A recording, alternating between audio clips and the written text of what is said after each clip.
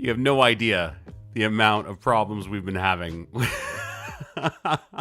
It's Ryan Lindley. It's the Sheeple Shepherd podcast. Hi, guys. We'll give you the proper intro now, I guess. Okay.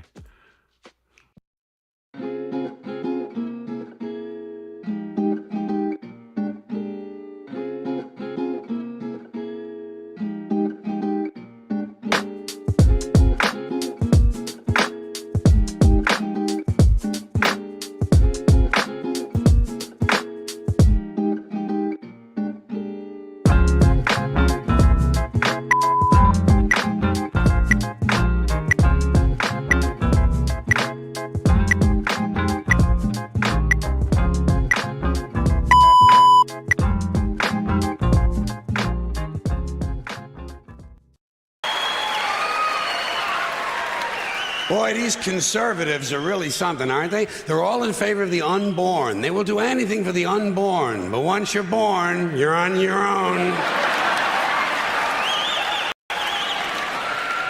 Pro-life conservatives are obsessed with the fetus from conception to 9 months. After that, they don't want to know about you. They don't want to hear from you. No, nothing. No neonatal care, no daycare, no Head Start, no school lunch, no food stamps, no welfare, no nothing. If you're pre-born, you're fine. If you're preschool, you're fucked. You're fucked. They're not pro-life. You know what they are? They're anti-woman. Simple as it gets. Anti-woman. They don't like them. They don't like women. They believe a woman's primary role is to function as a broodmare for the state. Pro-life. You don't see many of these white anti-abortion women volunteering to have any black fetuses transplanted into their uteruses, do you? No, you don't see them adopting a whole lot of crack babies, do you? No, that might be something Christ would do. And you won't see a lot of these pro-life people dousing themselves in kerosene and lighting themselves on fire. You know, morally committed religious people in South Vietnam knew how to stage a goddamn demonstration, didn't they? Huh?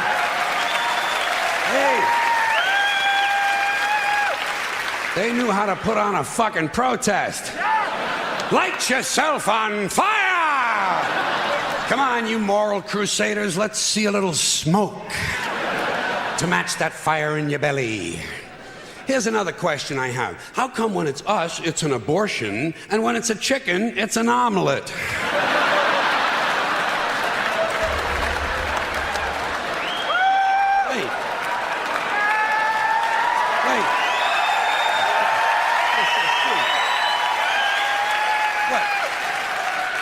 Are we so much better than chickens all of a sudden? When did this happen, that we passed chickens in goodness? Name 6 ways we're better than chickens. See, nobody can do it. You know why? Because chickens are decent people. You don't see chickens hanging around in drug gangs, do you? You don't see a chicken strapping some guy to a chair and hooking up his nuts to a car battery, do you? When's the last chicken you heard about came home from work and beat the shit out of his hen, huh? Doesn't happen, because chickens are decent people.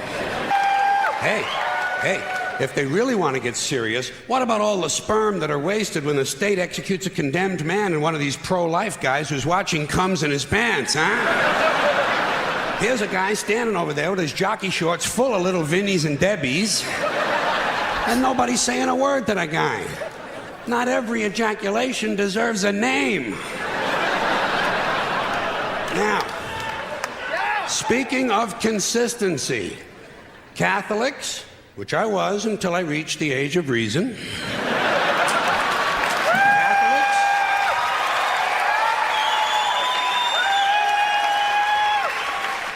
Catholics and other Christians are against abortions, and they're against homosexuals.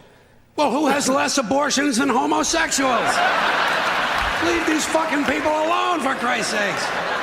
Here is an entire class of people guaranteed never to have an abortion. And the Catholics and Christians are just tossing them aside. You'd think they'd make natural allies.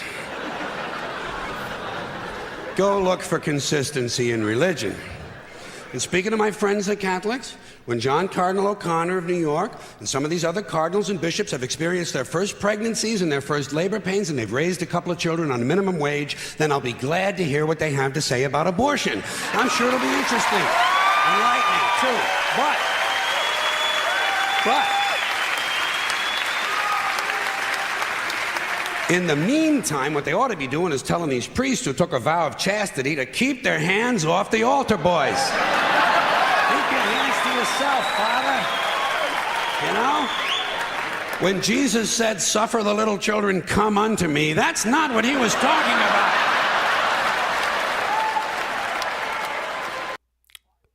Welcome to the Sheeple Shepherd. Thank you. I wanted to start quickly by apologizing for the delay, and I brought the boss to thank you, Dean, by the way, for keeping my cool and almost scrapping the show. And yeah. I kept your cool. You did. You kept my cool for me. That is, I've been accused of a lot of things, but making people keep their cool is not one of them. I would also like to thank Mr. James DiFiore for speaking with Jonathan, who got our solution to our technical problem. I gave him a top emoji rating at the end. So. And, of course, my beautiful wife, the co-host of the Sheeple Shepherd Show, Ashley Lindley. Welcome, everybody. Thank you so much for being here. I appreciate you. I appreciate everybody sticking it out, everybody in the comments. You guys are great. Yeah, it's. I started the show with George Carlin for a reason, and it was. I had a thought, and I've had this thought a lot over the last couple of years, actually, and it was the fact that we listen to a lot of shit given to us by politicians, and they hire people. They hire people to help them speak. They hire people to write speeches for them. They hire advisors. You pay for these with your tax dollars. And I always wondered why they get people that have zero sense of humor. They have zero relatability with the common folk like us. Why don't they hire comedians like guys like George Carlin-esque to deliver these messages so that people are like, yeah, you know what? I don't like the guy, but fuck that makes sense. That makes a lot of sense, you know? You know what I mean, Dean? Mm-hmm. Yeah, that's a good point.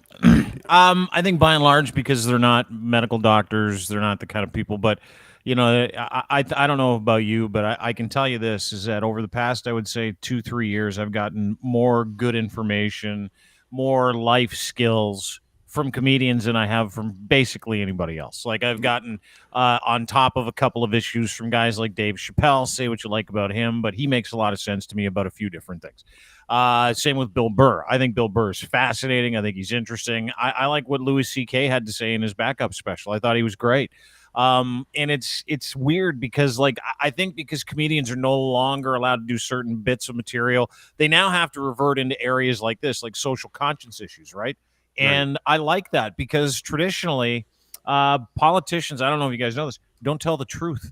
Lawmakers and religious groups don't tell the truth. So, I think it's a great point. I mean, you can listen to someone that educates you and they educate you with humor.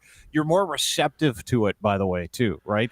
And just watching George Carlin, that was what, in the late 80s, early 90s? Is that that was like the height of Christian reform. That is a ballsy thing to do 30, 35 years ago, but that's also fucking sad because we find ourselves here again, right? Which is weird. Yeah, and it's the relatability. I think of guys like Bill Maher now. I used to love Bill Maher, and then Bill Maher did that weird 180, and I think he was taking a page out of Joe Rogan's book where he's appealing to both sides, you know what I mean? And he tried to be like, well, now I'm an anti-masker. He's not going as far as saying he's an anti-vaxxer, but he thinks that the restrictions and whatever for COVID are stupid now all of a sudden, even though he was, celebrating their laurels and such at the beginning.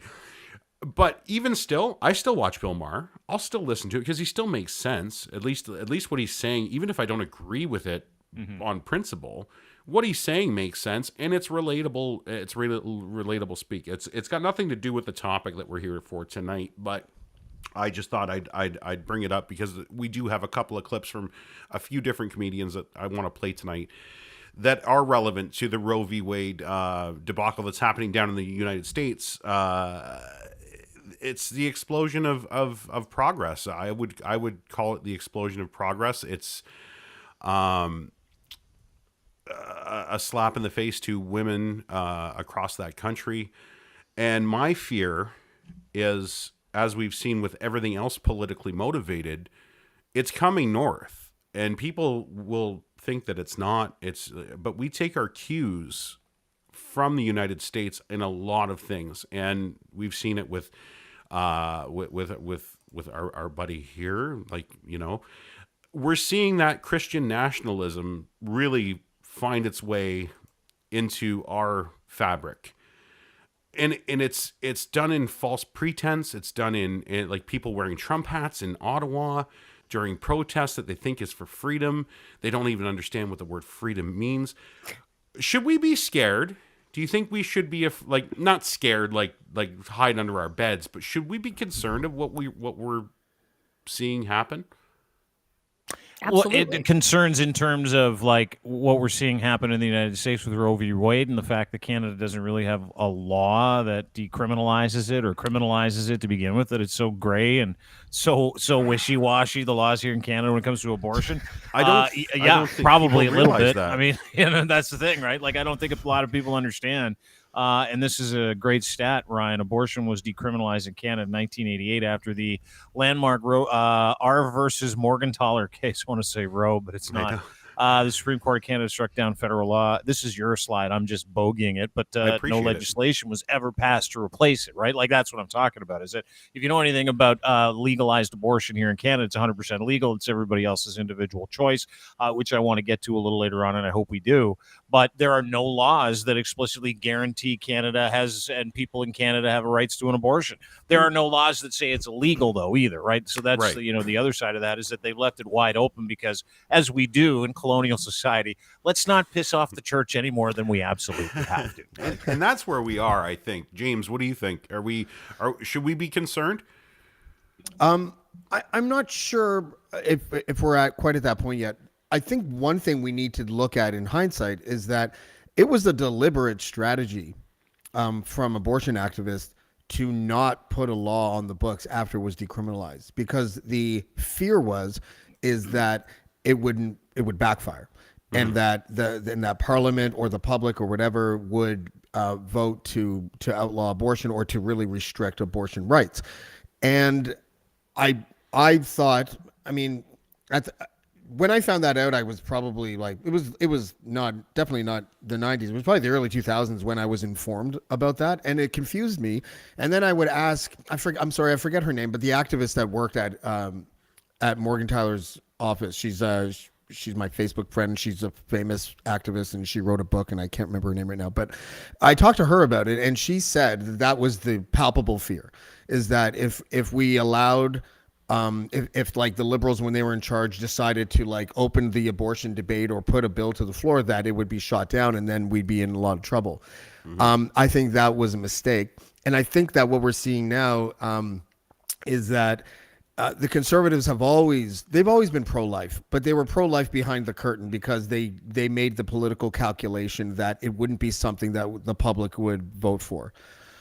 I think that is less true now than it was even 5 years ago, and I do think that like if Trump can have inroads into Canada, then certainly a decision like Roe versus Wade being overturned by the Supreme Court could find a way to sort of like establish a new veneer onto Christian conservatives in Canada. And I think, but I also think that if they want to bring it up in Parliament, I think that debate needs to be had.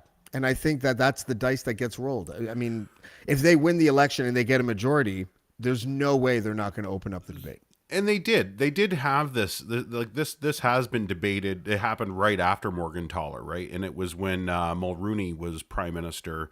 And the first reading of the law was shot down immediately. And then the second version of it came through in 1989, where it actually almost passed. It actually died in a tie, where it would have been deemed regulated by the state, rather than just being left as decriminalized as we sit now, right? So I have a stat on that somewhere in here as well. But yeah, it was there it is. The progressive conservative government of Prime Minister Mulroney made 2 attempts to pass the new abortion law. First was a dud. Second attempt, introduced by the Minister of Justice as Bill C-43 in late 1989, died in a tie. So they've tried, right? And Yeah. I think It was probably too early, though. The decision was made a year it was too before they fresh. tried. Yeah. yeah, I think So it was still and- controversial. So Yeah, and what I think they realize is it on both sides. This is a non-part or a bipartisan understanding is that it's such a good chip and wedge issue that neither of them wants to actually act on it. You know, like It's also a nuclear bomb. yeah, Right. yeah, Like anybody that does anything with it, anybody that decides whether or not they're going to take up that discussion is going to have a host of issues on their hands. Like this is a scary fucking subject for a lot of people who are not born again Christians, right? Like this is a very right to lifers, or as I call them, pro-birthers. It's a scary subject to take on, Anti-women. and it's easy and has been. It's very anti-women. It's pro-birth, anti-life, actually, because they don't give a fuck about the person who's actually alive. They care about what's in the womb, as you heard George Carlin say off the top. So, it's a fascinating conversation, though, because, it really draws out the differences in culture and country. I've seen polls from the United States that are like 47% of people polled in the United States are like, we think they should overturn Roe versus Wade. And I'm like, that can't be fucking right. And then I go, look, is it sure enough? It's like, and any poll is between 40 and 45%, 47% on the high side, depending on, who does the polling, because we know how the polling works, right? Polling usually comes from a bias. That bias is then used to justify some kind of decision to have a fight. And that's being used to justify this fight, is that up to half of the United States, and I don't think here in Canada, we realize how religious, how committed, how evangelical that country is. So like you didn't realize it when Trump got elected, and all of a sudden, boom, here we are. Now you're going to see it again, and it's not just the evangelicism that is killing women, that will lead to women dying. It's the fact that so many different groups pile on with people like the evangelicals, right? So if you grew up like I did in the evangelical church, you know that this is the one thing. It's like their sacred cow. It really, really is abortion. And when I was in, I would say like the fourth or fifth grade, my parents made me go to this anti-abortion conference. It was in Saskatoon, Saskatchewan. Now I had to be in the 6th grade. And what they did was people came in to do this presentation on how bad abortion is a sin against God. And and I'm in the 6th grade. What am I, 11, 12? Pictures of like half aborted fetuses in garbage cans all over the lobby of the church. And there are kids streaming in to watch this. Mm-hmm. And so the fear-mongering and the propaganda was on. Then you walked into the church, and there's a play where God comes to... I remember light as day. God comes down after a woman decides to abort her fetus, and he cries. And this like guy that was pretending to be Jesus Christ or God literally cried for like 10 minutes. He's like, and he kept screaming. And I remember in my head, "You've sinned against me. You will spend an eternity in hell. You've sinned against me. You spend an eternity in hell." And then after that, this is the fucking best part. They took a long period of time, and I remember distinctly, they took a long period of time to explain to everybody in the crowd how much hell hurts when you get there, and it hurts for eternity. And I remember them saying, "Have you ever been burned? It's like that, but all over your body and inside your body, and it lasts for an eternity." And I was in the 6th fucking grade. And if you've ever been to an evangelical church, seriously, I was in it. And I walked out of there like this. Oh, fucking big agony. Oh my God. And so you just automatically assume. And one of the part of the presentation was on Dr. Henry Morgentaler, who was painted as the devil, like Satan's tool, who went and stole babies that were legitimately these beautiful cherubs, that the second the wiener went in the vagina and shot the magic juice at the egg, and the magic juice and the egg met, and they created this little thing that didn't even have a heartbeat. That was a life. Jesus. And they used to talk about how this man, Henry Morgentaler, and this was like all throughout my church days, like from the age of grade 3 or 4 until I stopped going to church when I was in the 12th grade because I could. They would pray for the death of this guy and all abortion doctors. They would celebrate when one would get shot. That's Sounds literally pro-life. that dude. But I'm telling you that's why so many people are scared to take this on.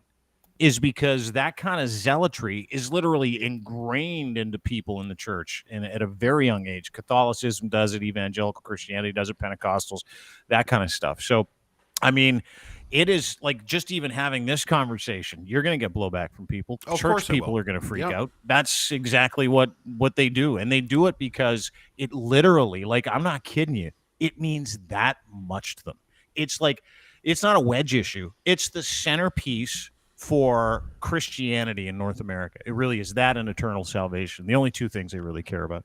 Yeah, and if you think that we haven't done this on purpose, it's the three men talking while my wife sits quietly in the corner. It was done to actually make you uncomfortable, to know that this isn't even about us. This is about her. It's about, you know, and it, if you have a voice, like a man has a voice, you need to do what you can to try and get in front of this. Before we let Ashley give her opinion, for I'll anybody just see myself out. for anybody that happens to not or has lived under a rock and all of a sudden subscribe to YouTube today, here's a quick explainer on what Roe v. Wade is and what we're talking about right now. Supreme Court decisions are granular, little noticed interpretations of the law and Constitution, but a few are landmarks. Roe v. Wade was a landmark. It effectively legalized abortion across the United States. Here are the facts and players in the case. Jane Roe was actually Norma McCorvey. She was a Texan in her early 20s who wanted to terminate an unwanted pregnancy in 1969. Abortion was legal in Texas at the time, but only for the purpose of saving a woman's life. That was not the issue for McCorvey. Her life was not at risk. She tried unsuccessfully to get an illegal abortion and was referred to two attorneys interested in challenging anti-abortion laws. The Wade in Roe v. Wade was Henry Wade, the district attorney of Dallas County, who enforced that Texas abortion law. McCorvey soon filed a case against him. The Supreme Court agreed in 1971 to hear the case, and on January 22, 1973, struck down the Texas law in a 7-2 decision. Justice Harry Blackmun wrote for the majority opinion and declared a woman's right to privacy under the 14th Amendment superseded a state's right to ban abortion. The court set different rules for each trimester. In the first trimester, the choice to end pregnancy was entirely up to the mother. In the second trimester, the government could regulate but not ban abortion in order to protect the mother's health. In the third trimester, the state could prohibit abortion to protect a fetus that could survive outside the womb, except when the mother's health is in danger. Justices Byron White and William Rehnquist dissented. They basically held the argument of privacy went far beyond the intentions of the constitutional framers, an argument that could signal the grounds for challenges to Roe. The two justices also stated the court's decision did not stick to the specific facts of this case because Roe was not in her first trimester at the time of the litigation. Public opinion was quickly shifting. In August 1972, Americans opposed legalized abortion, 46 to 42%. But by April 1973, it was 52 to 41 in favor. In the years since, Roe's been modified but not overturned. A notable example was in 1992, a case called Planned Parenthood versus Casey. For all intents and purposes, this is the new standard by which abortion cases are judged. The focus this time wasn't privacy, it was roadblocks, which had been intentionally set up to make it harder to get an abortion. In a 5-4 ruling, the court said restrictions are unconstitutional if they place an undue burden on a woman. Support for Roe v. Wade remains strong.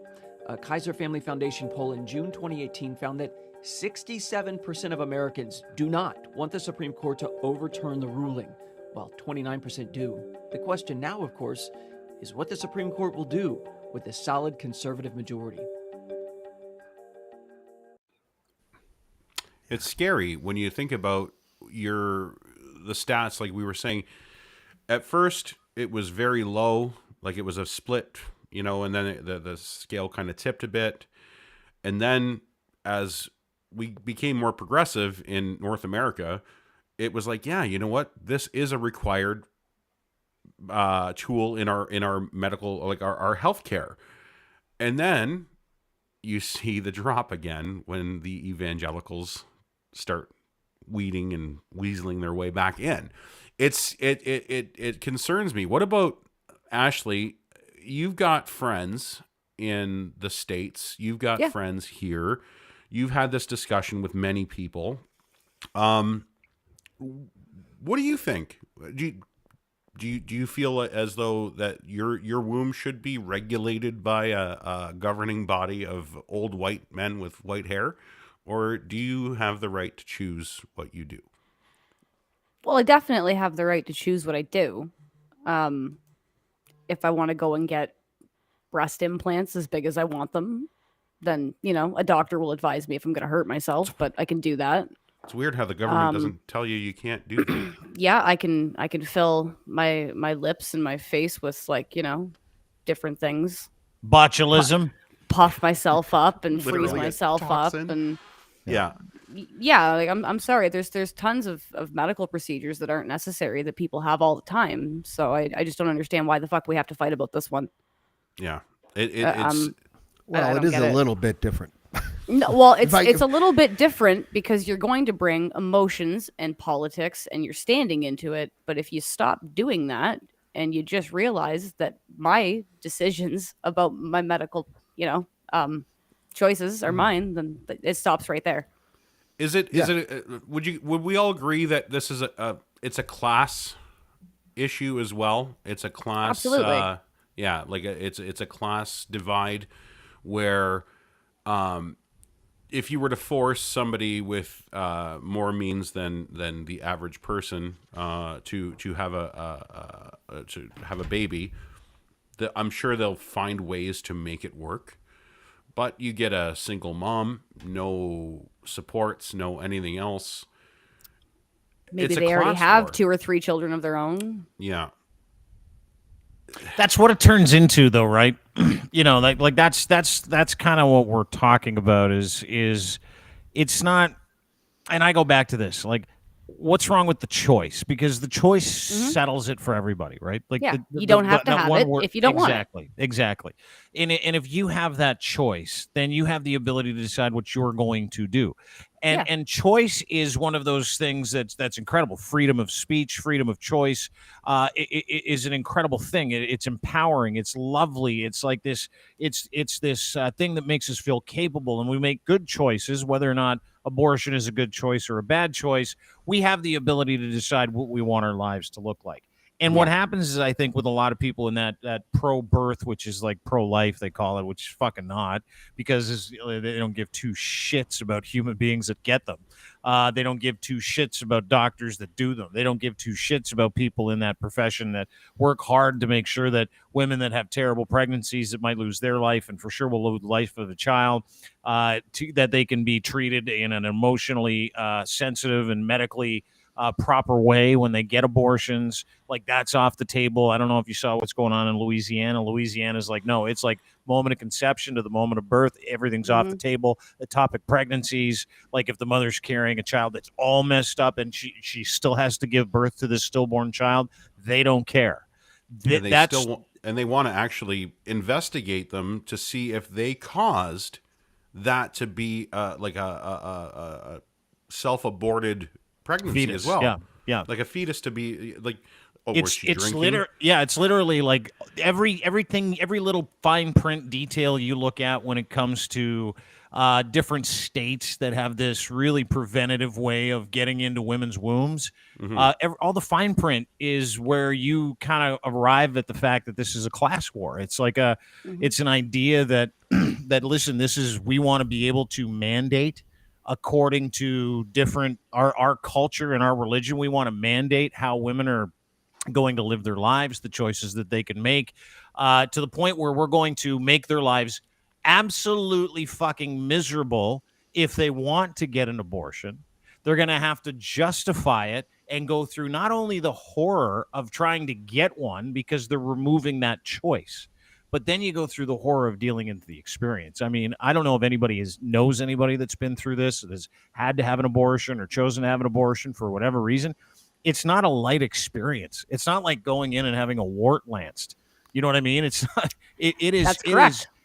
So the compounding interest of the negative impression that everybody wants to have on a young woman who just wants to decide what she does with her body is so fucking foreign to me as a human being. I don't even understand it. Like, I don't understand why anybody would want to tell Ashley what she can and can't do when she wants to do it, if it has something to do with her body. I do not understand that, because it's not about everybody else. You know, everybody with the anti-vaxxers that are like, it's my body, my choice. Not the same argument. Because Yeah, pregnancy's not contagious. no, you don't. Yeah, exactly. You don't go to, unless you're, certain people, you don't go to the dollar store and come back pregnant.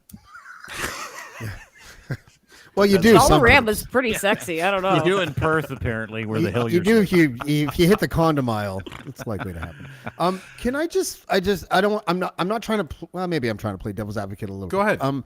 Not I you. think- That's why you're here. Yeah, no, but I'm not doing it just for the sake of it. Like I was very, and I still am pro-choice, but I was very pro-choice before I had kids, and then I had kids, and I just couldn't stop my brain from thinking things like I would used to type with my daughter like in a sling, like on my chest, and I typed that abortion piece actually that I sent you today, Ryan, from like 5 years ago, with her like in a sling on me, and I didn't walk away after my children were born pro-life. Like I'm not pro-life. I find the religious argument to be ridiculous, because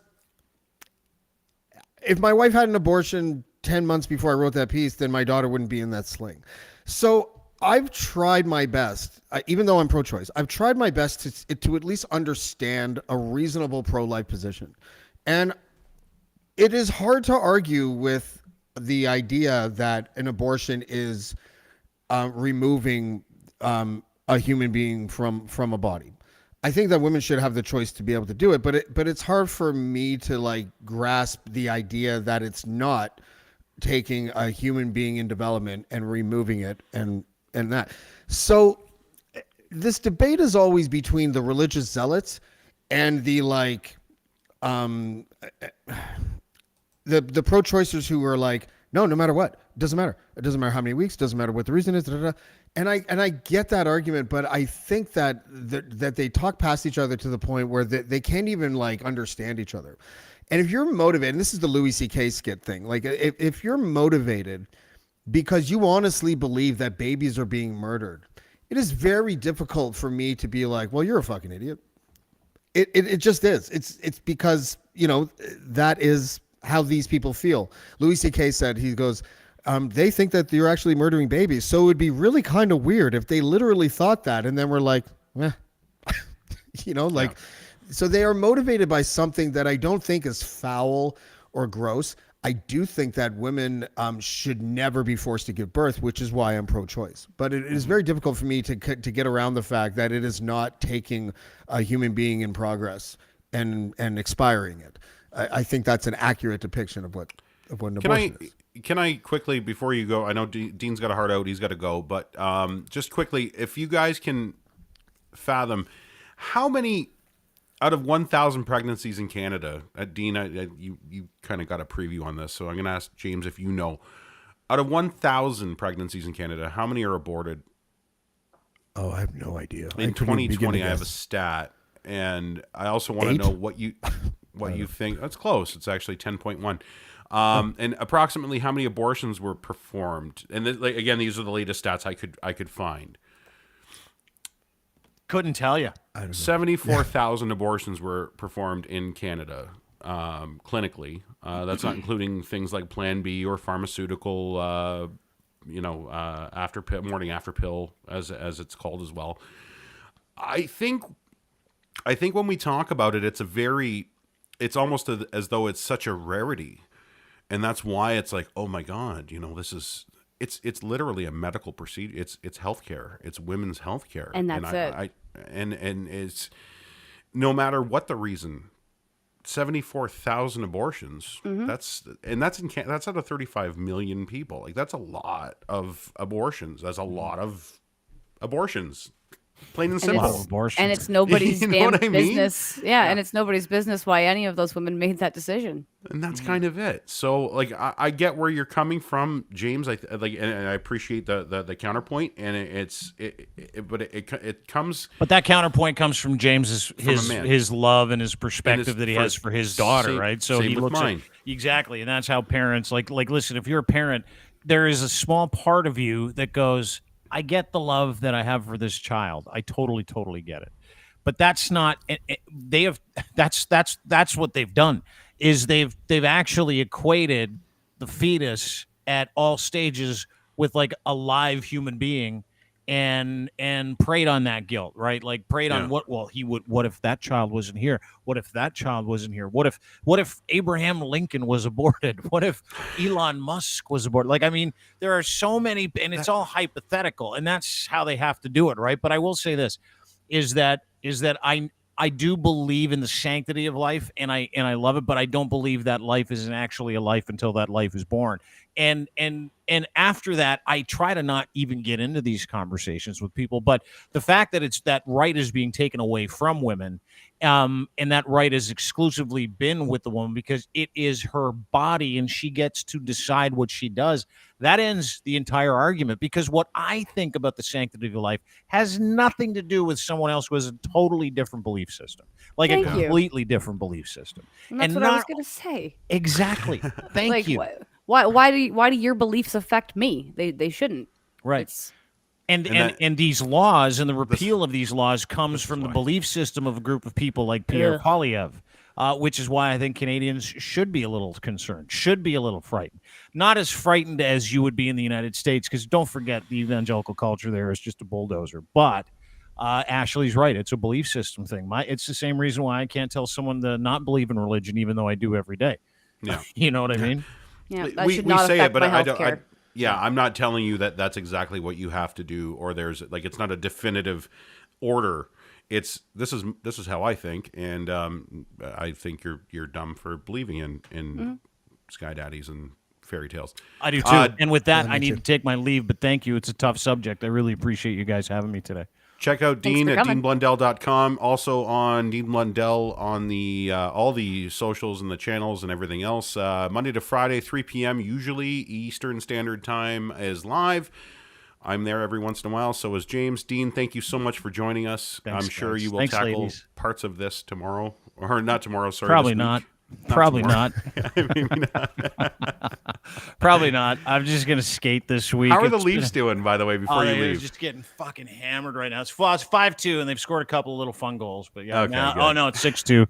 Tampa just scored. yeah. Tampa just scored. There And we the go. best part is that everybody's like fucking losing it on Twitter right now. Some guy's like, fire everybody. So fiasco. I'm like, do we have to remind you they're up 2-1 still, and now it's just a 3-game series? Relax. You don't have to kill yourself this evening. Relax. It'll go 7 and they'll lose. It's fine. Anyway, Not this thanks. evening, but soon. Thank you so much, Dean. Ladies and Thanks gentlemen, bye guys. Bye, Talk to buddy. you Take care. Thanks for popping in.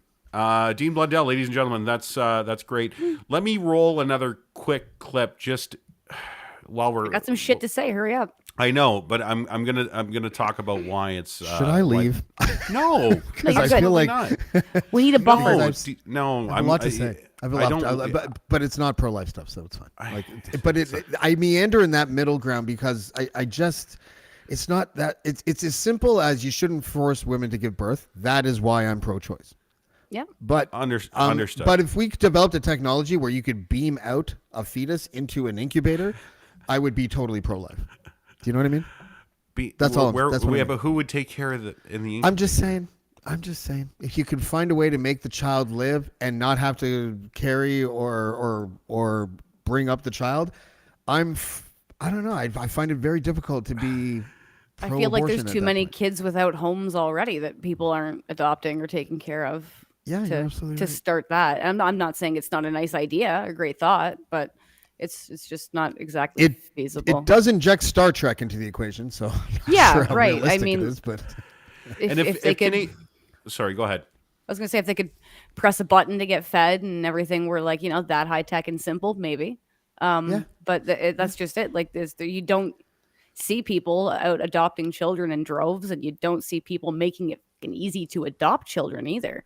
So, I mean, I heard something, and I could be wrong. Maybe you guys can totally correct me on this, but I did hear in the last week when this Roe versus Wade stuff came out that that adoption, there's actually not a lot of babies available for adoption. Really? Does anyone? Maybe someone in our comments can Google that, because it's just one of those. If that's the case, then all of a sudden, it makes things a little bit more confusing. I just want to point out again that I am pro-choice, and I don't think anyone should ever give Change your name, pro-choice James DiFiore. Yeah, that's right. No, I just think it's, from what I've read, how after Roe v. Wade, after R.V. Morgentaler in Canada, that the stats of the actual abortions being performed never really changed. Like I put that stat up earlier about the 10.1 out of 1,000 and 74,000 in 2020. That number has been consistently, it's actually dropped a few years and then resurfaced back to right around that point. My issue that I really wanted to drive home in this podcast today was the fact that the access issues here in Canada that we currently enjoy are not protected by law. This is not some sort of a thing that can just all of a sudden, it'll take a major court battle to take away. It won't, as we've spoke about. Thankfully, the devil in the details is the fact that it is a politically wedgy issue for both sides to use, so they don't want to force it to the end, because then they lose that chip when it comes to campaigning. But access is a problem, and access, even in Canada, it's not universal. I put a thing up here that says in New Brunswick, a provincial law bans the federal government from funding abortions performed outside of 3 hospitals in New Brunswick. Surgical abortion services are only covered by the province's health insurance plan if taking place in a hospital. So you can't go to there's not a Planned Parenthood clinic. There's nothing. So they have the same idea, and access is a huge problem, and that's what this clip is about here. This is John Oliver, and he's one of my favorites. Again, going back to comedians just making fucking everything make sense in the world for us. Check this out. This is good. One clinic administrator describe a call from a patient.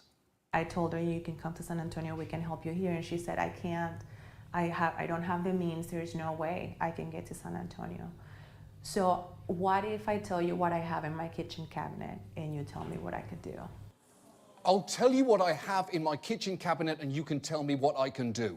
When your state's abortion laws are forcing people into the most depressing quickfire challenge in Top Chef history, I think it's safe to say they've gone too fucking far. Because here is the thing.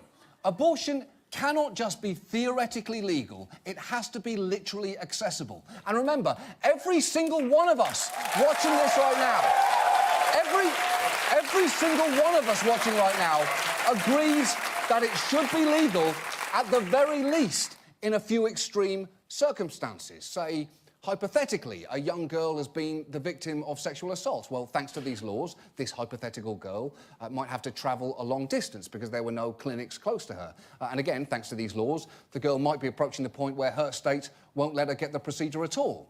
Well, sadly, none of that is hypothetical, and I'll let a Texas clinic director tell you the rest. In order to see her, I need to put her to sleep. And in order to do that, I need a nurse anesthetist. And because of this crazy law, it is impossible to find people to work for us. She's 13 years old, and she is a victim of rape, and she drove 4 hours from McAllen to San Antonio, and we had to turn her away. And there was nothing I could do to save her. And so now, if she has a procedure, and that if is huge, she'll have to go all the way to New Mexico and pay $5,000 and get there and spend 3 days. It'll never happen. We know it won't. And at that point, we have sentenced a child to motherhood. $5,000? Yeah. That's horrendous. This is what I'm saying. That woman is broken just telling that story. I'm broken listening to it. Jesus Christ. And what John said at the end there was, you're forcing a child into motherhood, and that's exactly what it is. And it's all because of a law, not because of morals, not because of circumstance. There's nobody looking past the bureaucracy of a law. It's a law, and there's no wiggle room. And yeah, I just read something, Ryan, if I may, just Absolutely. for a moment. Please. The woman I couldn't think of before is Judy Rebic. She was the activist. Someone tried to stab Morgan Tyler, and she stepped in between them, and she's been sort of known as a women's rights warrior ever since. But I just read. I'm going to read it just because I didn't know this. This is crazy, and this is probably an indication as to why it was a tie in the House of Commons or whatever, like a year later. About a week after the opening of the clinic, the chief of police announced that they had a complaint from a woman who claimed she had been forced to go through with an abortion at the clinic. The moment the news went public, the clinic received phone calls from the taxi driver who had driven the woman home and said she was fine until the cops stopped her. And a nurse from the hospital emergency room said that the police had coached her. Someone from immigration saying that she was an illegal immigrant, and no doubt they threatened to deport her if she didn't file a complaint against Morgan Tyler.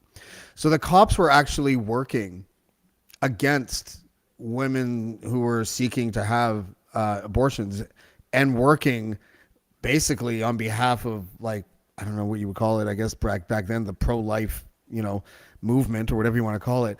And being a piece of the puzzle. Like they said that they were following patients home, cops, and harassing them after they would go get an abortion at the clinic because it was still technically illegal. And then Morgan Tyler got busted with the other doctor and arrested. And and I know a woman that actually had an abortion at that clinic at that time. I was young. I was 14 and she was 15. And and she went there to have the procedure done. So it's crazy, the politics that get in, that surrounds us. But it's still one of those things that I think that you can, if they had the debate and, like, remember when gay marriage was legalized? What was that, 99 or 2000 or something like that? Mm-hmm. If they were to, like, I think that was probably the right time. Okay, we're getting pretty progressive here. We're looking at the Bush administration in the States. We're reacting by becoming more progressive, I think. It took 5 years for the conservatives to win an election after that happened. I don't know. It feels like that was the right time. Now, I mean, the stats that I think that you just put up, or I just read somewhere else, is like 67% of Canadians feel like abortion should be legal under most or all circumstances. I believe that is the stat. It's again, it comes down to that bureaucracy. And I was reading again, one of our co-hosts from the Dean Blundell show, Lachlan Cross, was talking today about the government using anonymized data here in Canada to track us during the pandemic, and he was outraged I read about by that. it. And I totally agree. I like to a certain extent. It's like, okay, yeah, maybe they should have let you know, but just so you know, you're being pimped and whored out like you would be by Google and Facebook with the exact same shit. So calm down. I know it's the government. Let go of the pearls for a second. They're talking about doing this in red states down there for people that Google abortion services and then track their movements to clinics as well. So Ridiculous. And they call us, and these are the people that call us China in China, Commie Canada. It's the same, and it's literally the tactics that they use there. So the hypocrisy is disgusting. Somebody had mentioned that we got a copyright slam on YouTube already. So, oh, it's back up. Good to know. I had a feeling it was going to happen. I was fine with eating it because Twitter doesn't do it, and I knew a lot of our viewers come from Twitter. So, Ashley, it's hard. I don't even know the question to ask, and you're my wife. Hi. I don't know the question to ask. I feel the same way about my wife, if it helps, right? I don't know the question to ask a woman as a man who is obviously pro-choice, because it's none of my fucking business, and it's not something that affects me directly, but it affects women immensely. What about when it does affect you directly, though? Well, and that's the thing. How do we have this conversation? How should men, I don't want to say fight back, but how do we become, and I hate the word ally just because it's gotten so watered down lately.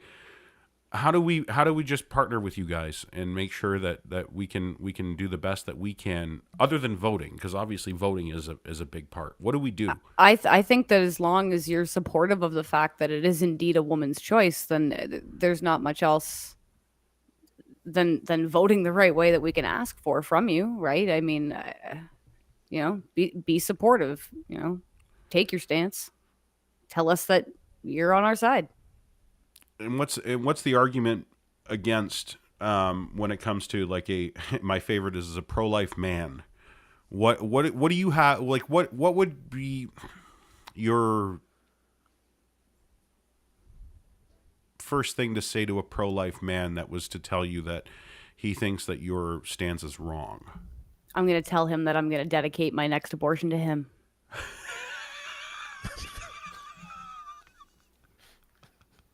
Seriously, who the fuck says something like that to a person? I've had people make comments to me like, "Oh, you don't want kids," and like, well, who's going to take care of you when you get old? And it's like, I don't know you, dude, driving the cab. None of your business. Like, I swear to God, that's not even a joke. That happened. That did happen. Yeah, actually, Really? Ashley had this conversation. This wasn't that long ago either. It blew my mind. And I was on my way to get a COVID vaccine, and I took a cab from work to do it. And my cab driver was super concerned about me getting vaccinated because I didn't have children and I was going to make myself barren, and then nobody would care for me in my old age. It's like, thanks, cabbie. And I was like, I don't know, man. I made the decision once. I'd make it again. Like, I don't know what to say to you. They have a lot of good ammo, though. You have to give it to the pro-life side. Like, they have a lot of good propaganda and ammo. Some of the propaganda they have is true. Did you guys see that doctor testify in front of Congress? I don't even know when it was from, but he was describing what it was like to perform an abortion procedure at 16 weeks. And he said he had the instrument, and the instrument is like a tube. It's about as like thick as like a golf grip or something like that, and it's glass. And he's like, "This is too small." So then he picks up this other thing, and it's like grips, like vice grips or something like that. And he's describing what it's like to perform an abortion, and it was so graphic that like people in the I don't know what you call it, the gallery or whatever, were like, some people were walking out. It is. I imagine people would walk out of an open heart surgery if it were disturbing enough as well. Well, it's different because he described, he's like you got to put the grips in, and as soon as you get a hold of something, you pull out really quickly, and oftentimes it's one leg, and then you got to go back in and pull something out again, and oftentimes it might be like part of the chest and an arm, and you can clearly make out the body parts. And so all I'm really saying though is that it's when, and I'm not. Listen, actually, I defer it all to you. I do. Was this Canadian or American? No, it was Congress. It was in the States. Congress. Okay, because I was going to say in Canada, I might have an argument that goes with you on this. Sorry, go ahead. I'm just wondering, like, does this person not enjoy their job? Like, if you don't want to do that, you don't have to do that. Well, I think part of the they have a choice polarization. I think part of the polarization is that what he was saying wasn't a lie, and therefore he has the right to say it. And whatever motivates him is almost besides the point, because it is data, right? And it's real data. But the thing is that it's like, that's why a lot of people, when they hear, and I'm not arguing with you at all, but I'm just saying, like, when they hear, oh, it's just a medical procedure, it's just like getting your knee scoped. It's not, right? Like it just isn't. It feels better to sort of believe that, because if you've ever known a woman who's had a miscarriage, and you know, my wife had too. She's pretty open about it, so I don't mind saying it's devastating. Oh my God. It is so devastating, right? And so, by the way, the women that I've known in my life that have had abortions, also devastating. I would really hate to be in a room with someone who was just like, I had abortion, no big deal. Like, that would be weird to me, right? Like, it would be odd, because I just wouldn't know how to, you totally handled it well. Okay, cool, I guess, right? Like, that's interesting. Yeah, I think there would be something off about that too. Yeah, but it impacts them so heavily. And so when I hear that doctor testifying in Congress, I don't look at it as, he's just feeding red meat to the crazy pro-lifers. I'm just like, That's the reality of it. And if You're we right. don't start looking at the reality of it, it's not a bunch of intermingling cells. It's also not a full human life. It is something in the middle, and neither side wants to give on that point. And I think it's weird because I don't understand why we can't just talk about it and be like, it's a really tragic decision that some women have to make. But it's tragic, not because it's like getting your knee scoped. It's tragic because a human life in progress was ended, and it's going to make that person feel awful. And it's, so. Which it's is such a why complex issue. nobody should be coming out of the woodwork when you make that personal decision to make you feel any worse about it. You've already had to make one of the most difficult decisions of your life while hormones are coursing through your body at an alarming rate and making you think all kinds of weird shit. Yeah. And then somebody's going to scream at you on your way to and from the clinic while you're at it. Like, they're really helping. Yeah, that's fucking awful when they do that. I hate that. Like what good could you possibly do? I was going to say, my friends are smart. Look at the stuff they say. Yeah. What's it say? Statistically, the rates on abortion, the embryo is too small to be pulling out body parts. Those were later almost, and it was 16 weeks, so it is rare to have an abortion at 16 weeks. I'm not sure what the stats are on that, but I'm pretty sure most abortions happen within the first 8 weeks, don't they? This is why I put this up as you were talking, and it was in Canada. When you talk about the difference between having a law or abortions being legal and abortions being decriminalized just means there's nothing. Yeah. It's not. They don't say it's okay and they don't say it's not okay. They just say it's nothing. So here, technically, they could get an abortion at 9 months in Canada. Most clinics here will not do it outside of extreme circumstances, obviously, past 23 weeks and 6 days, which the 6 days kind of threw me funny. Well, and this is why I find that it's just an argument from some people. Like, and this is the bureaucracy, yeah. And I was kind of, listening to different people's opinions on this, and I came across somebody particularly stupid that said, "Oh, so you're telling me that a woman can go to the hospital and she's in labor and but she decides there that she doesn't want the baby, so he actually said, so you stick a knife in its head because Ben Shapiro's a gem." And I know I had to shut it off. It was painful. Either. Yeah, I know he's having a hard time. But like, I just he's so small he could just climb inside her. He should try that and flap his wings. And it's like I don't know. 2 eyes on it and still can't find the G spot. I don't know anybody that would that has or would make a decision like that. And even if you are, like my friend said, terminating a pregnancy, later on, it's usually because you've been going for scans and updates, and they've found something horrendous, and you know what, this isn't going to be good for either of you, so like, let's take care of it now. And of course, shit, that's sad because you were probably planning on having that child. Exactly. It's an interesting question though, right? You don't want that. Do you think that Canada should be, and this is not rhetorical, like I want to hear the answer, but I don't know the answer myself because I'm freestyling the question, but do you think Canada should be a place where if a woman at 40 weeks wants to get an abortion just because, and there's no health risk, that she should be able to? I just don't see. It's not as cut and dry, I don't think. Because I don't see a situation in which somebody would bother carrying a perfectly healthy baby for 9 months only to kill it. That doesn't make any sense. That's why it's a hypothetical. That's but not yeah, what that's probably never just going it. to happen. Because that's not really what abortion's for, and that's what people go crazy and pretend that we want to do. Right, but and this is where James does make a good point, just along the lines of why it's important to have legislation rather than decriminalization on certain things. Because, yes, it's not used for that, but hamsters and gerbils are not to be shaved and detoothed and put in your bum, but people do that. But people do that. Yeah, no, you're well, right. Well, that's just if you reach that gear... Oh, my God. Then you like that, Like, I'm just...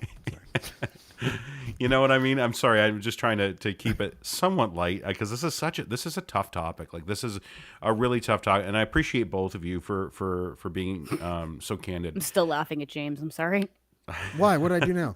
No, you're good. That was great. Oh, the gear thing. Hey, before we go, can I don't know. I was gonna make a joke. Like, I feel like a pretty woman. I'm in. I don't know how long we have, but yeah, because I want to bring up something, and I think you want to hear a good point. And you want to hear it from a comedian. For sure.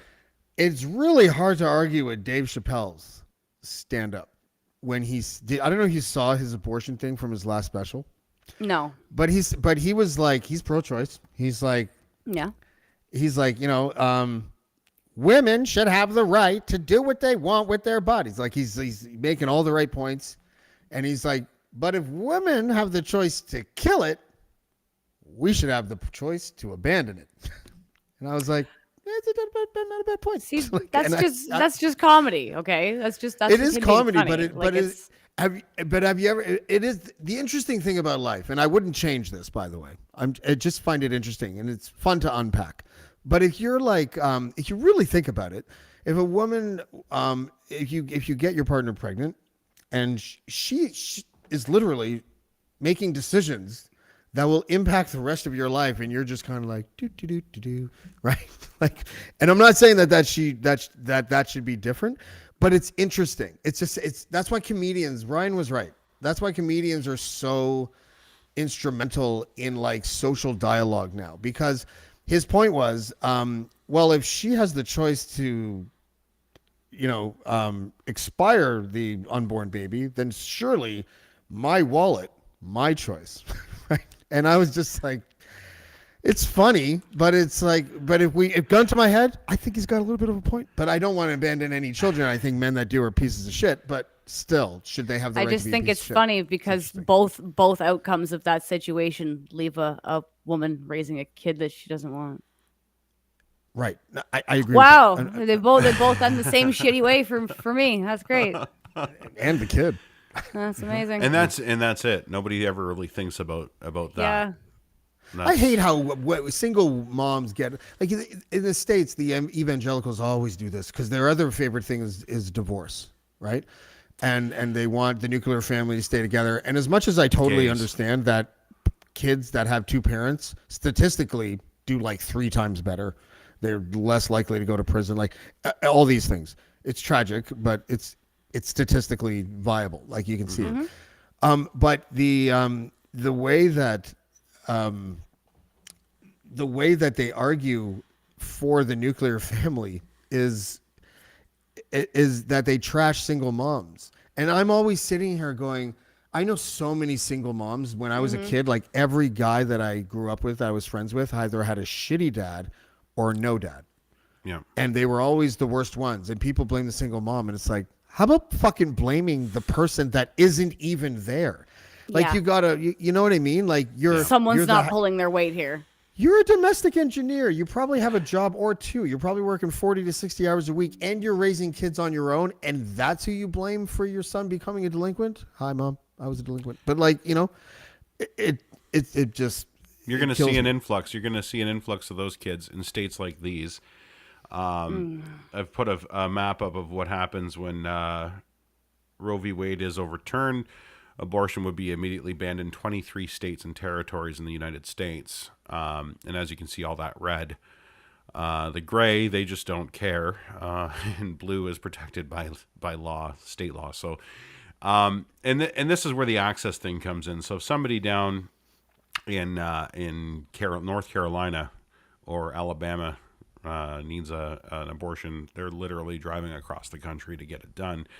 And as that nurse earlier said, it's not happening. They don't have the funds. They don't have the means. They're paying for it out of pocket because this is not something that they're going to be covered for. It's access. Access is the problem. Access is the problem. Access is the problem. Even in Canada, some Canadian border towns don't have access to abortions services if they need them, and they've been using the United States. And with this, that will close those remote border areas that would have normally been able to drive 45 minutes across the border, have a procedure performed, and come home. Thanks a lot, North Dakota. And a good news for our American friends, though. Families Minister Karina Gould was asked if American women would be allowed access for the procedure in Canada should this go sideways down south. She said, I do not see why not. If they come here and need access, that's a service that will be provided. The Prime Minister of Canada, Justin Trudeau, Also said the right to choose is a woman's right and a woman's right alone. Women in Canada have a right to a safe abortion. We'll never back down from protecting and promoting women's rights in Canada and around the world. Before we get Can we too call bullshit political on that? about that, hang on. Sorry. Before we get too political, I'm going to take that at face value, even though it is being used as a fucking bargaining chip in his party. And he could technically make this a law, or at least push to make it a law. He doesn't, but at least I guess his heart's in the right spot. Another virtue signal by our fucking wavy-haired He's prime been- minister. I don't As know. long as He's you been follow making that through. Well, that's the thing, Ashley. He's been making that promise since 2014. That's right. If elected in 2014, if elected, a liberal government will strengthen abortion laws and protect a woman's right to choose. 2014. That was 8 years ago. And Ryan, you nailed it. I think it was yesterday in a thread, whenever it was. But you said, and I'm paraphrasing, maybe it wasn't you. I think it was, that, it is too much of a bargaining chip for the liberals. They don't want to give it up. No. So every time a new leader of the Conservative Party is elected, they'll bring up the abortion argument to put them on the spot, to force Skippy to fucking say one thing in front of the cameras and another thing behind the curtain, which is what every single Conservative leader has done since the beginning of time, except for maybe Mulroney. And Stop showing this. I find it offensive. Like if you're he gonna has put a different versions sign of it. I look at. No, it's, Doesn't the this look first like one- an accountant? Yeah. If you First took one's the, if you upsetting took the 'cause of the two horizontal colors. part of the cross and just moved it down a little bit so it looked like a plus sign, it'd Plus be the sign? perfect accounting. Yeah, it'd be a perfect accounting promotional item. Gross. We all know where you pull the curtain back. The rotten root of this is, it's extreme evangelicalism. It's extreme Christian nationals. James turned me on to a very, very good book. It's called The Power Worshippers by Catherine Stewart. And I suggest anybody that's watching this that's interested in what's going on, pick this book up and realize that this lady, while she's an accomplished author, she may also be a fucking soothsayer and psychic, because what she predicted, as James aptly pointed out in our DM chat before the show, all came true. Everything that she has said that happened down in the United States, which we are now seeing slowly creep up from the meth lab in the basement to Canada, is happening, and it's scary. This is a scary read. It's a scary read. It's a audiobook is even scarier because they're telling you they're whispering it to you in your ear. I suggest you like go and that. get it. Catherine Stewart. Me too. The Power Worshippers, it's called. Inside the Dangerous Rise of Religious Nationalism. It's absolutely terrifying, and it's a Handmaid's Tale. It's literally the Handmaid's Tale. Well, and like I said, I just don't understand. Like there's so many medical procedures that I can go and get whatever I want. Don't let the bastards get you down. That's it. Margaret Atwood's Handmaid's Tale was fiction, not an instruction manual. I wrote a piece on that at deanblundell.com. If you want to check it out.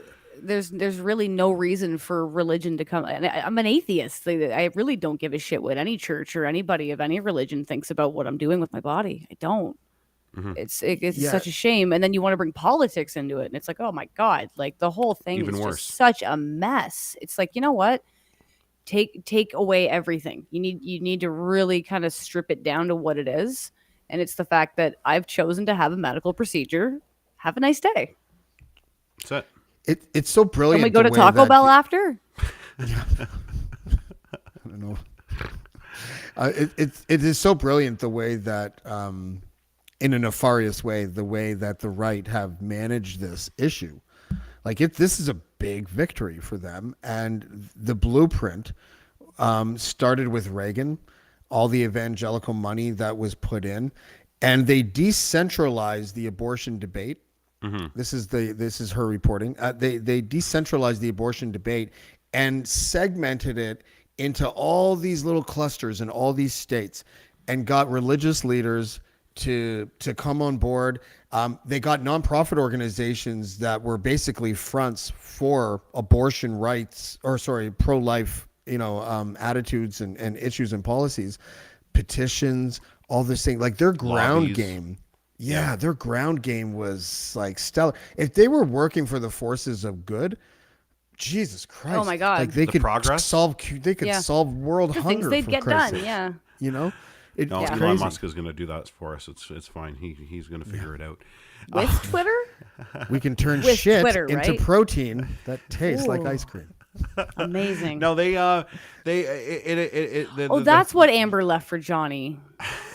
That was Black a mass. favor. That's right. The problem I find with it's the separation from church and state argument that they make in the States, yet they allow religious groups who, by the way, get funded through grants from the government. They fund lobbyists to go to the government and scream about how bad the government is, even though they're the ones that are funding it's a vicious circle, and all it means is more money for God. And Everyone hates taxpayer money until it's given to them. That's it's so true. It's very, very apt. James, thank you so much. James DiFiore from Blackballed the podcast. By the way, Rod Black, very good joke. It was fantastic.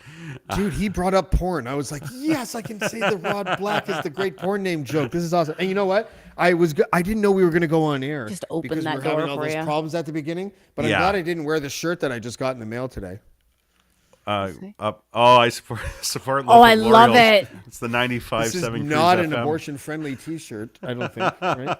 Bad time to You wear know, that shirt. So I wore one with is- a tractor. I don't know. What is an thought that was really good. abortion-friendly I'm T-shirt? wearing a moose that's shitting on a tree. Wow. Yeah. You love the poo humor, don't you? Yeah, With it's the a lot cat of poo. calendars and shit. Yeah. You can't see it though. It's behind my mic. It's okay. I think Okay, if can I we- open my sweater and do one of these, then the ratings might go up, but it won't be And for then the right Twitter We'll get shut won't down. take it down. I'm going to defer to Ryan on whether or not you should do that. But it's your I choice. do have a shirt Ashley. on. It's just not very big. I'll show you my nipples. We'll make a deal. That's enough. We're not going to make my wife strip on I'm the sorry. on the No, show. I don't want to see James, it. I don't want to see it. James DiFiore, Blackballed the podcast. Check him out. He's on Twitter at James DiFiore. Check out Blackballed the podcast on YouTube Thank you, guys. I really on the appreciate Dean it. Blundell Network. Thank you so much, James. And Thank we'll you, wrap, Ashley. After. Oh, no, thanks for coming, buddy. Take care, I man. appreciate You know, it was destined to be a horrible start to this show. Yeah. It was like the universe was trying to tell us not to do it. That we should have aborted the show? You made the joke. I did not. You're right. But we did. I'm glad Dean kept my cool for me, and James worked with Jonathan from Restream on the other end. It was very nice of him. I very much appreciate it. It's funny because you know what? James was offering a lot of solutions and you were getting a little twitchy there, but he ended up kind of saving it. Yeah, no, and he does. Where he does would really we well. be without James? He does really well with, and that's why I brought him, because I knew that we're gonna miss some sides on things, because this is such a passionate and like you get so wrapped up in your side, even though it's the righteous side, you do miss a lot of things, and he brings up a lot of good points, even though he is a pro-choice guy. But he's gonna add some context to it. I was going to say, I love him. James will always show you the other side of something, and I don't have an issue with that because it's what makes people think. Yeah. But you know what? The more I thought about it, and the more, again, you know, I know what my stance is, but it's the fact that everybody should be that gray state where it's like, you know what? This might happen, and if it happens, we're going to support it as best as we can, because this is a medical procedure that somebody's had. We can have elective bullshit, like I said, that where you can alter yourself and do whatever you want and turn yourself into a fucking walking Barbie doll. But for some weird reason, the minute that you want to take over something that you're required to take care of yourself very well to grow. You know what I mean? It's like you're going to need vitamins. You're going to need checkups constantly. You're going to want to make sure that you're on the right diet. You might end up with like gestational diabetes. All kinds of weird shit might happen to you while you're pregnant that you didn't consent to. And I'm sorry, but you're right. Just because I've had sex doesn't mean I've consented to having a child. Just the same way that just because I had sex doesn't mean I consented to maybe contracting an STD. Like, it's just... I'm No, sorry. you're right. Yeah, no, that, and it's there to happen. It may happen. It may not happen. You know, and it's. it was a difficult one. I knew we had to talk about it. I knew we needed to do something. Because I had one more little thought that I was having when we were talking about that whole like where does life begin thing. Well, sperm are alive, aren't they? Yep. They're moving and like doing their own thing, and like I just don't understand like what. So if you were to masturbate and like expel millions and millions of them like into a sock or like your toilet or something, like is that murder? Like where does it start? That's what I'm saying. This is the point that John Oliver brought up, and George Carlin said the same thing about the pro-lifers that ejaculated their pants when somebody gets put in the electric chair and dies. Yeah, like how far back do you want to take it? Look, I think that the statistic is it's around 80% of fertilized eggs are expelled in menstruation when trying to get pregnant. So is that murder? Like how far are we going to go here? Like if we're going to be broad stroke, are these same people screaming about medical assistance in death for people that have severe disabilities and are elderly and in pain? Mm-hmm. I'm just saying. I mean, that's taking a life too. So if you really want to fight, then this is where then get your boots on because we're gonna fight. Pack a lunch and bring 10 of your friends. And this is where we get the religious end. Ugh. My friend asked if we could abort him, and I'm all for it. Like you said, there's no 700-month abort. Yeah, it's decriminalized here, and Yeah. sure, I don't know if it means post-birth or what that she's is. a smart lady. I don't see why we shouldn't take her advice. So This is a weird way to pivot into the end of the show, but we have promo to discuss. We have merch. We have merch things to talk about. we do. As you know, the show is. Can I model? Oh, look at that! There's our mug. You brought it. Check it out. That's not even the most exciting part because there's something new I didn't even know about until today, by the way. And any merch that you do buy from DeanBlundell.com from our show, all proceeds are going to Alex in Ukraine, Alex Rebekov in Ukraine, to his relief as well as the normal routes of, where is it? I'll show you. Check this out. They've got the new fuck Putler, which is what Alex calls him. It's Putin Hitler. The new Fuck Putler merch is out, including all of these things are $40. They don't cost that much to make, so everything that you do send when you get one of these, anything over and above goes directly to Alex. There's also if you don't want to spend $40, there's also some stickers that are like $5, and the shipping on those is like you can order like 20 stickers and it won't change the shipping, which is kind of cool. So check that out. It's at the Dean Blundell store at deanblundell.com. Click on the shop tab at the top, and you can find our stuff there as well, and that is under the all podcasts tab, along with guys like Fire for Effect, that Nerd Dad podcast. Everybody's got some cool merch. Ours and I believe, ours and Fire for Effect are all getting donated to. Fire for Effect is going to Veterans Affairs. Our proceeds go to, the Army Chris. Our proceeds go to Alex Rebekov in Ukraine. Now, if you guys, I was going to say, if you guys don't know Alex, he's usually on the Dean Blundell show on Tuesdays with the guys. So you could actually tune into the show and you could see the man behind the operation. He's going to tell you how he's spending the money. And honestly, I think that when you see where your money's going, it just makes you feel so much better about donating it. And he also brings on his absolutely precious newborn little boy, Arthur. And oh my goodness, that on its own is worth tuning in. He's a beautiful child. So like I said, if you want to see where your money's going, come and see Alex on Tuesdays. Artur was born literally 3 weeks before the first bombs were launched into Ukraine when they invaded. And he's been growing up as a war baby, and his dad is one hell of a guy. He's been doing a lot of supply missions supply runs into the bomb shelters that are being corralled inside of subway systems in Ukraine. Supplying things like food and diapers and we just raised cases of water, like over $6,500. 67. 67, that's right. $6,700. Yeah, $6,700 we sent to him actually yesterday. That was the April campaign, I believe, that wrapped It up is. that you guys made that for, and now we're going to see what we can get moving forward. We don't want to stop which the is donations. which is the so. fuck Pootler campaign, which is the new stuff. I was going to say, if we keep making funny shirts.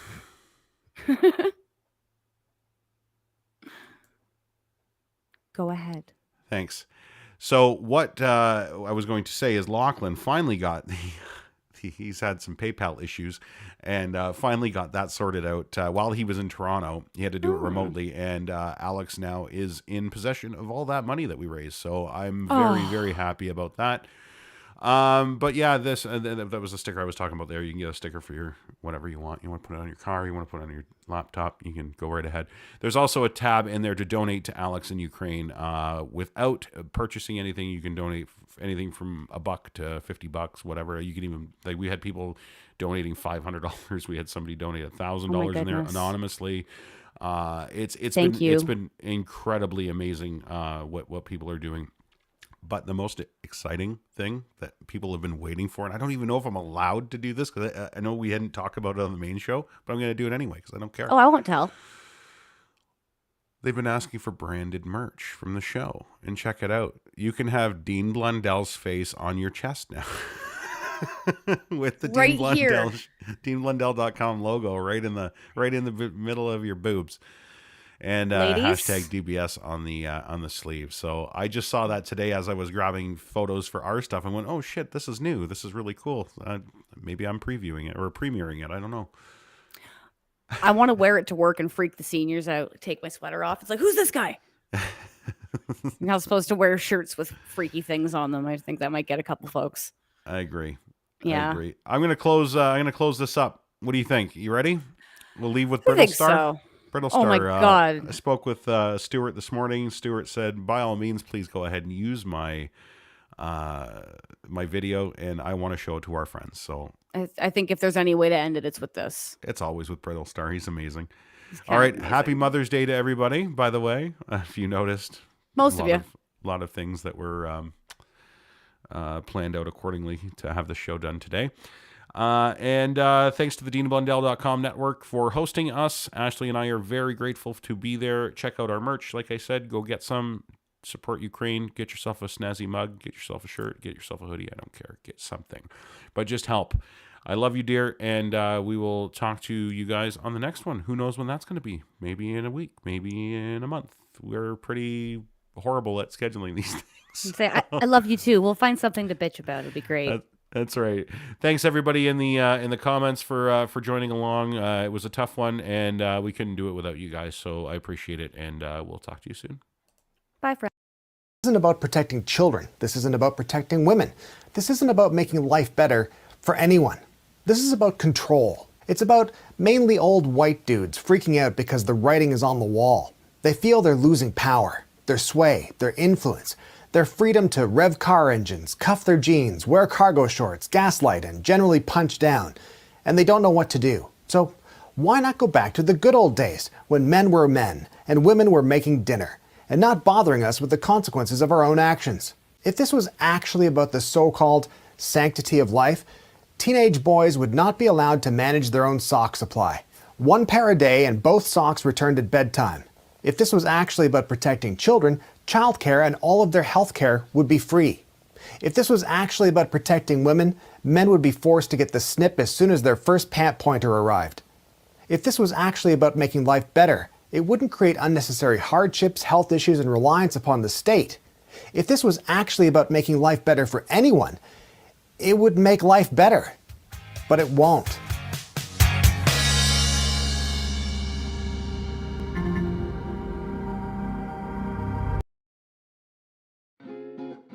You can find the Sheeple Shepherd podcast hosted at DeanBlundell.com. We're also on YouTube, Apple Podcasts, Google Podcasts, and Anchor Spotify. Thanks for tuning in.